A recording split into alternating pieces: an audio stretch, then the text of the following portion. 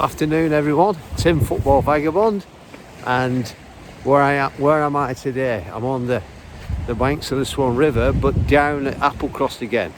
I came down to play tennis, but unfortunately it's a washout.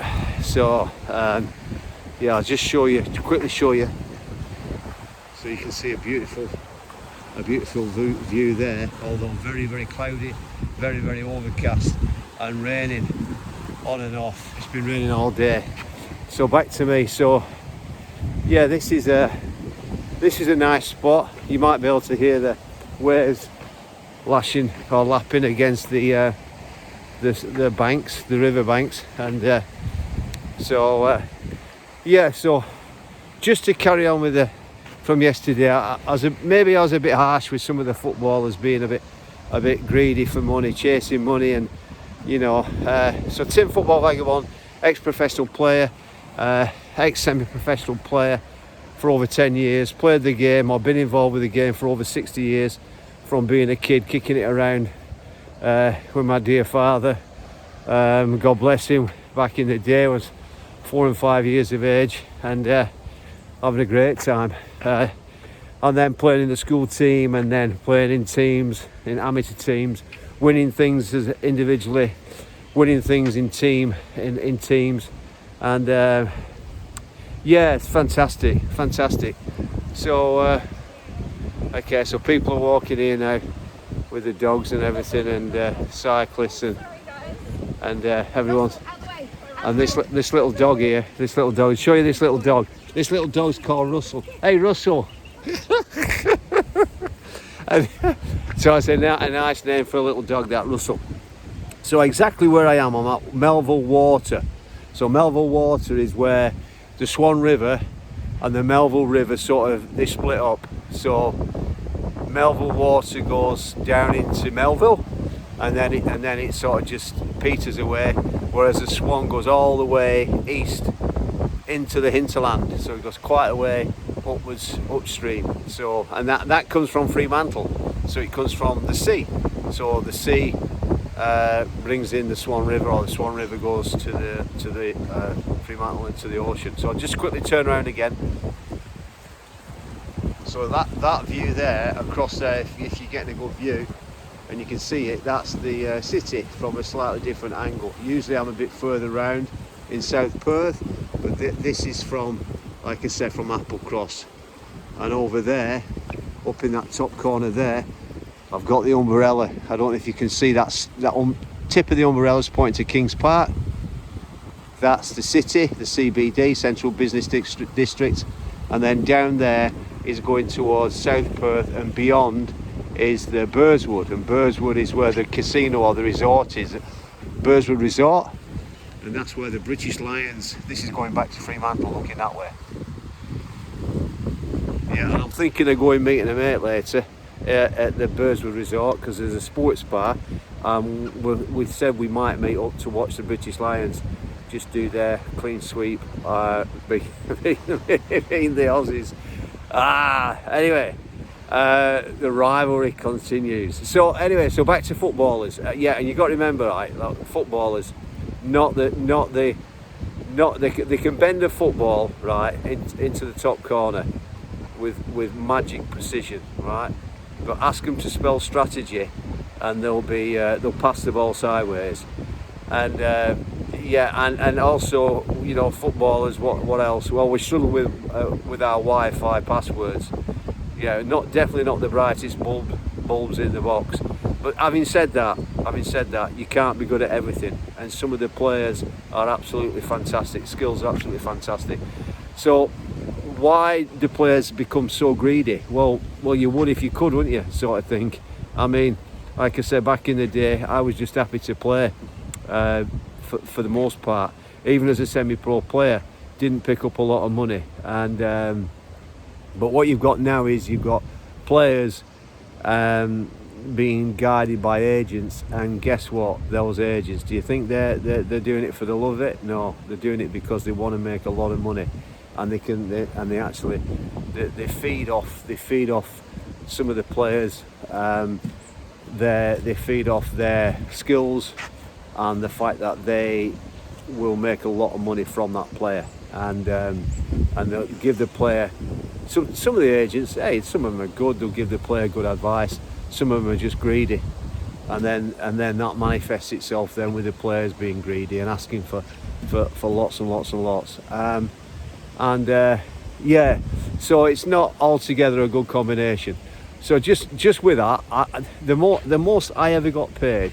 I mean, I mentioned to you on the vlog yesterday, which was the one I put out. I can't remember the title of it. It's saying footballer.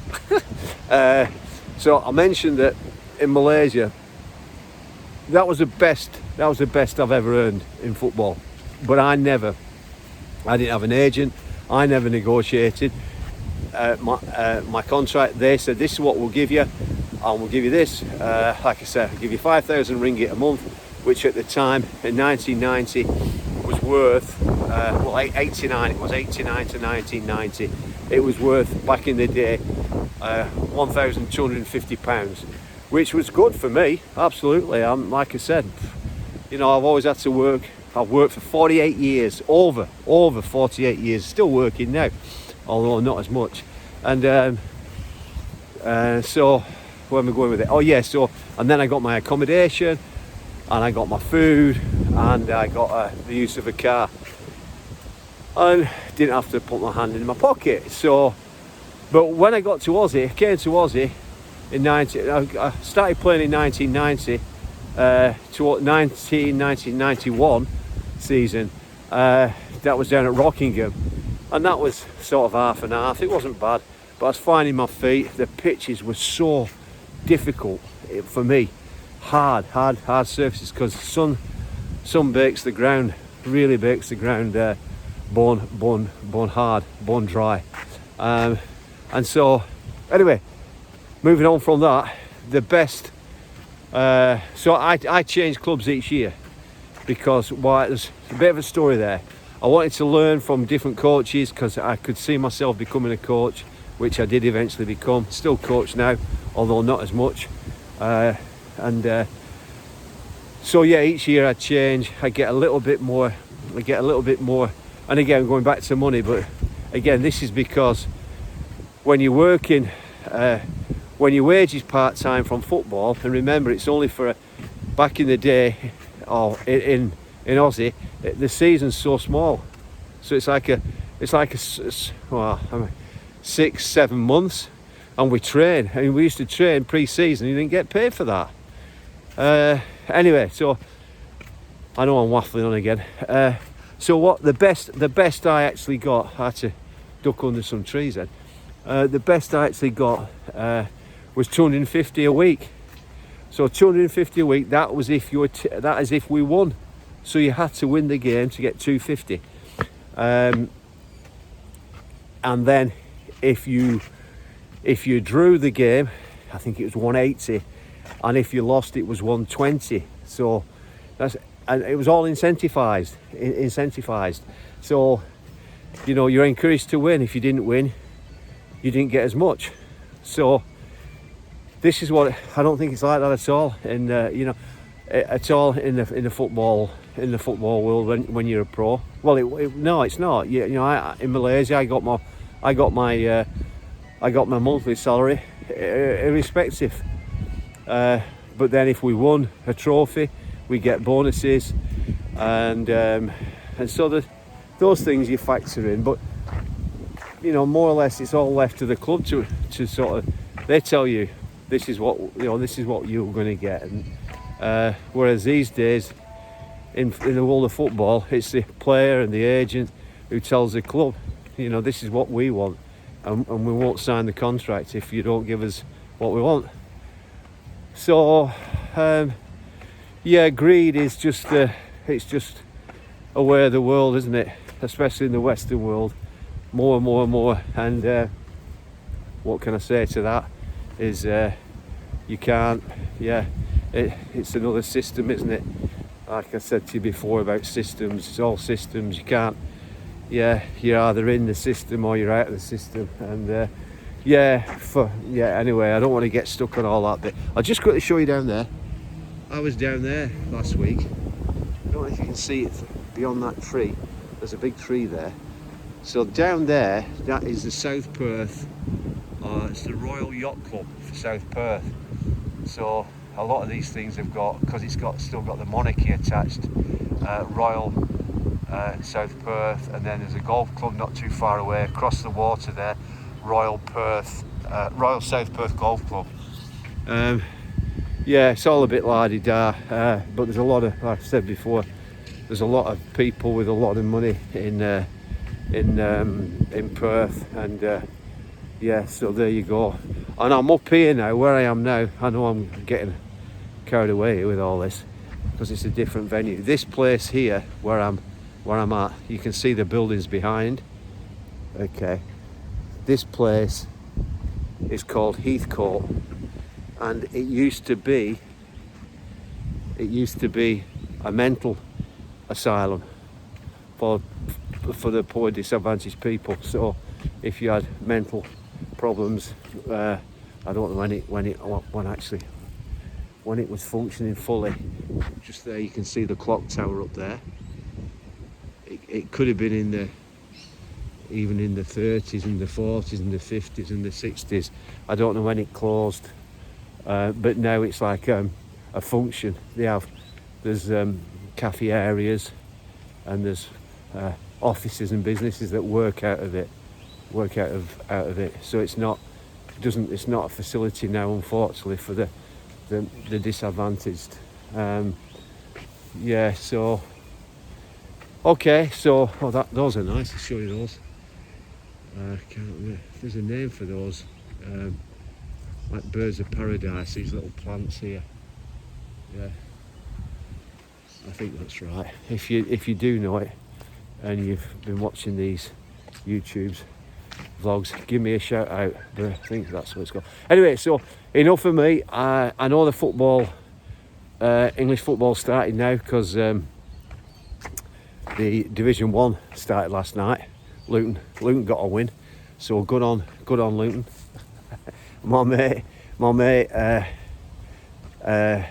Cody's dad Jason will be up jumping up and down because he's a big Luton fan, and so and then it starts again full on today. The rest of the rest of the football league, Division 1, should I say. All right, so just quickly show you that last bit there. Can you see him? Can you see him up there? That's a carving on the top of the tree. Not me, but it's a kookaburra. It's a kookaburra. Yeah, and okay. So I know it's been a bit all over the show, but the essence of the topic was about footballers not being overly smart, but being super skillful with their footballing skills on the field, and being a little bit, if you like, encouraged or misled or guided by agents to become greedy in terms of their money. And clubs are greedy though. The whole thing's greed. It's greed. And yeah, I'm getting in a bit of a tizzy now with it. All right, everybody, thanks for watching. So remember, look after yourselves, enjoy your weekend, and God willing, speak to you next time. Tim over and out. Thanks for watching. Leave a comment. Love to all the family. Bye for now. Bye.